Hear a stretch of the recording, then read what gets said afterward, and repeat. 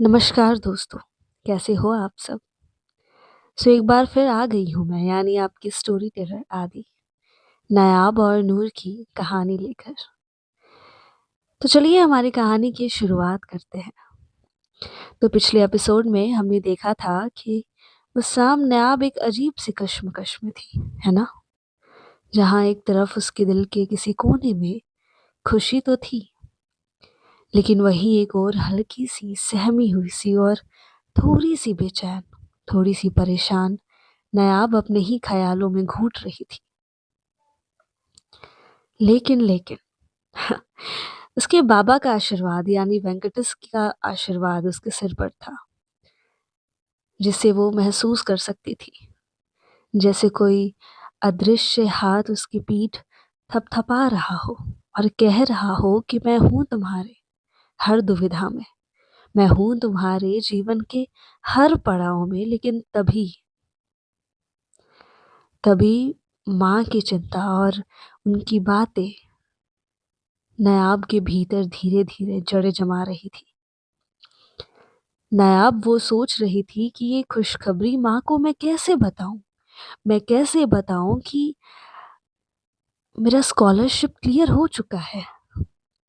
क्योंकि हर खुशी के साथ माँ के चेहरे पर समाज का डर भी उतर रहा था ना।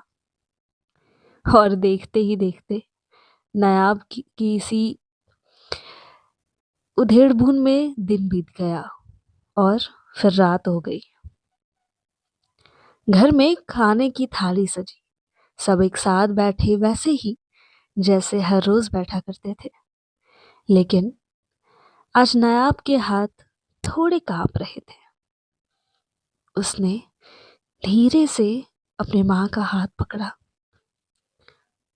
और बहुत धीरे से संभलते हुए कहा कि माँ, माँ मेरा जर्मनी का स्कॉलरशिप अप्रूव हो गया है। बस वो एक वाक्य, एक सांस, और उसी सांस में इसे सुन यामिनी जैसे ठहर सी गई। उनकी आंखों में कुछ पल के लिए चमक तो आई थी, लेकिन अपनी बेटी पर गर्व की चमक धीरे-धीरे गायब हो गई। समाज का बोझ, लोगों के ताने और एक लड़की होकर ये सब करेगी जैसी तमाम बातें एक साथ कामिनी के दिमाग में चलने लगी। नायाब की माँ की आंखों में आंसू थे और एक हल्की सी हंसी के साथ उन्होंने कहा कि बेटा ये तो बहुत अच्छी बात है, लेकिन पहले शादी कर लो, फिर जहाँ जाना होगा चली जाना।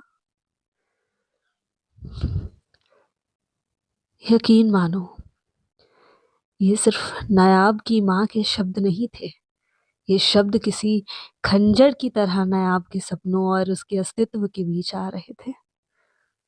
नायाब चीखना चाहती थी, नायाब रोना चाहती थी और अपने लिए लड़ना चाहती थी, लेकिन उसके हाथ और भावनाएं जैसे सुन्न पड़ गए हो।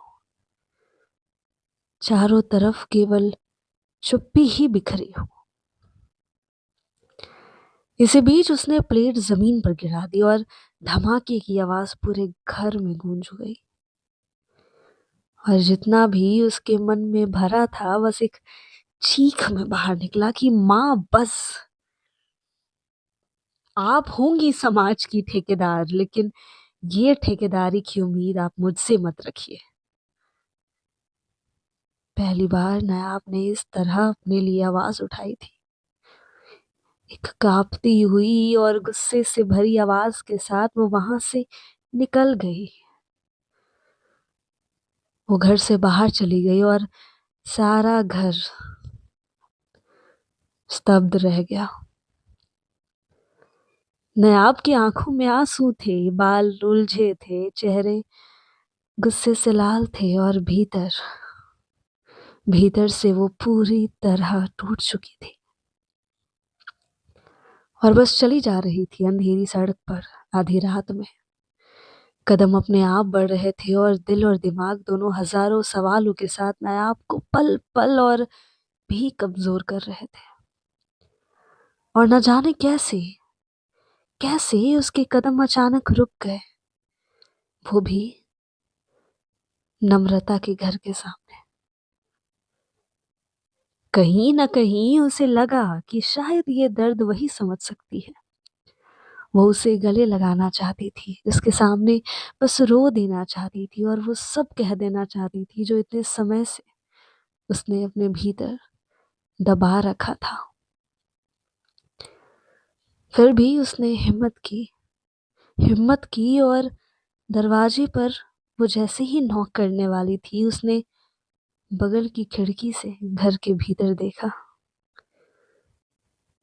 जहां नम्रता और उसका पति एक दूसरे की बाहों में थे। दोनों बाहों में थे, हंसते हुए और एक दूसरे के साथ बेहद खुश। पता नहीं उस एक पल में कुछ मर सा गया था नायाब के भीतर, और बिना आवाज किए नायाब वहां से लौट गई। घर आकर अपने कमरे में बंद हो गई, बिना किसी से बात किए, बिना आवाज दिए।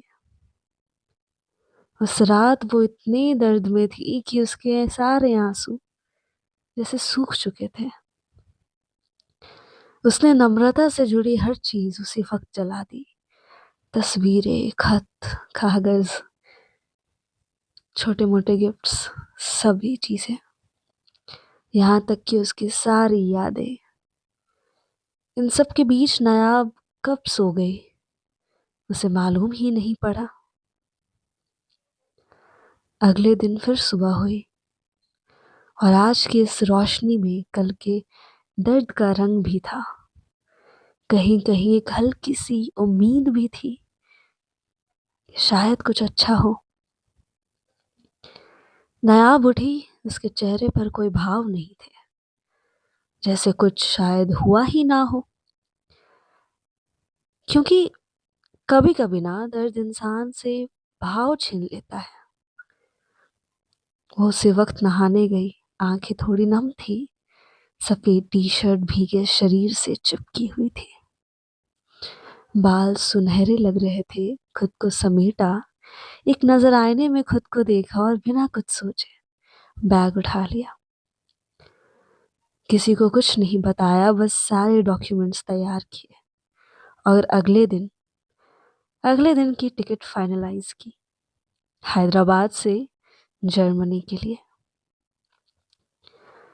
उसने एक गहरी सांस ली और माँ के पास गई और बोला, माँ, माँ, मेरी टिकट कंफर्म हो गई है, मैं कल ही जा रही हूँ माँ। यामिनी की आंखों से आंसू बहने लगे। बेटा, इतनी जल्दी? उन्होंने पूछा। नायाब ने कहा, हाँ माँ, अगर अभी देर कर दी ना माँ तो शायद बहुत देर हो जाएगी। माँ ने कुछ नहीं कहा, बस इतना बोली कि जैसा तुम्हें ठीक लगे, बस खुश रहना।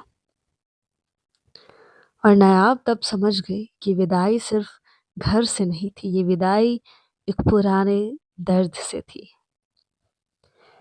सो माय यूट्यूब फैमिली, उम्मीद करते हैं कि आज की स्टोरी आप सभी को पसंद आई। अगर हाँ आई देन कमेंट करके ज़रूर बताइएगा। तब तक के लिए मेरे इस चैनल को प्लीज़ आप सभी सब्सक्राइब एंड लाइक ज़रूर करें, शेयर ज़रूर करें, क्योंकि जल्द ही नायाब की मुलाकात उसकी किस्मत यानी नूर से होगी। एंड हाँ, वन मोर थिंग, आप सभी को आपकी आदि की तरफ से हैप्पी वाला न्यू ईयर।